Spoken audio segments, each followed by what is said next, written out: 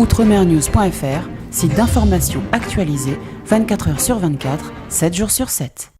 Avec nous, Madame Hélène Geoffroy, secrétaire d'État chargée de la ville, présente pour ces états généraux des LGBT. Quel est le sens de votre présence ici cet après-midi au ministère des Outre-mer, Madame la ministre?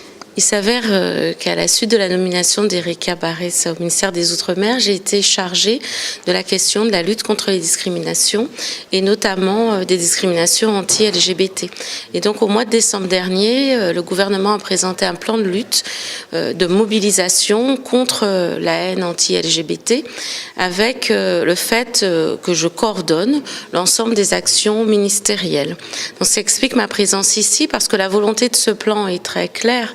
C'est comment concrètement sur territoire, maintenant que les droits ont avancé, sur l'ensemble du territoire national, on peut accompagner les associations, les acteurs de terrain à mieux lutter contre les discriminations anti-LGBT. Et donc il y a 1,5 million d'euros de financement pour accompagner cette action, ce qui est indispensable si on veut la rendre opératoire, et des référents nommés dans chaque préfecture qui vont pouvoir accompagner les acteurs locaux. Et ces discriminations sont encore nombreuses envers des personnes en fonction de leur sexualité aujourd'hui? Oui, en fonction de leur orientation sexuelle, de leur identité de genre, elles sont nombreuses. Et ce qui frappe en Outre-mer en particulier, c'est le peu finalement d'appels qui sont faits sur les plateformes traditionnelles des associations LGBT. Alors, comme si finalement les tabous étaient si forts que les personnes n'appellent pas. Alors, il semble important aujourd'hui qu'on puisse permettre aux uns aux autres de se sentir assez en confiance pour dire la réalité de leur vie et qu'il y ait des acteurs formés sur le terrain aussi pour les accompagner. Donc je fais vraiment un appel aux associations des Outre-mer pour qu'elles répondent à notre appel à projet et qu'elles puissent ainsi accompagner ce qu'elles font, qu'on puisse les accompagner sur ce qu'elles font sur le terrain.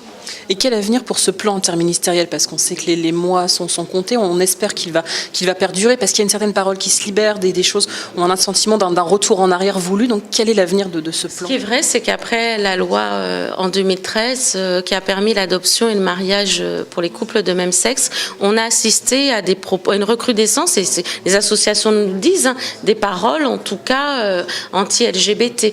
Donc il y a une nécessité d'éducation. Donc nous avons voulu un plan de 3 ans avec 1,5 million d'euros par an.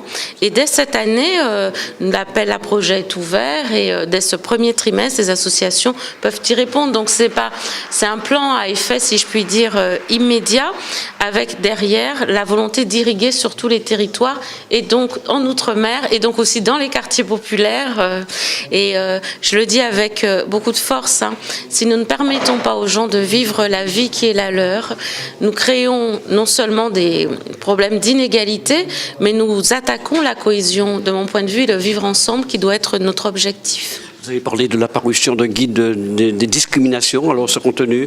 L'idée est de pouvoir avoir un guide interministériel qui précise l'engagement de chaque ministère sur la question de la lutte contre les discriminations. Je le présente prochainement au Conseil des ministres, ce qui permettra aussi d'être accessible à la fois aux élus, aux acteurs locaux, aux associations, mais aussi au grand public qui doit savoir comment il peut s'armer dans la lutte contre les discriminations et comment on doit aussi se former. Il y a un enjeu, les droits sont là en réalité, mais il faut les faire vivre maintenant.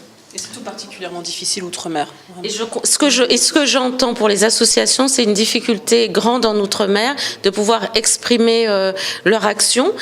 Une difficulté pour les personnes aussi, c'est ce qu'en tout cas elles nous remontent. Et pour cela, évidemment, il faut des actions qui soient à la fois les plus proches du terrain.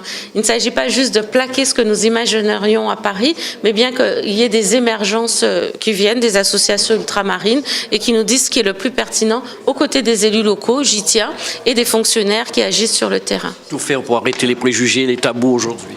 Oui, nous devons lutter ensemble. Ce sont les fondements du pacte républicain et particulièrement dans les Outre-mer, nous ne pouvons qu'être attachés aux mots liberté, égalité, fraternité, me semble-t-il. Outremernews.fr, site d'information actualisé 24 heures sur 24, 7 jours sur 7.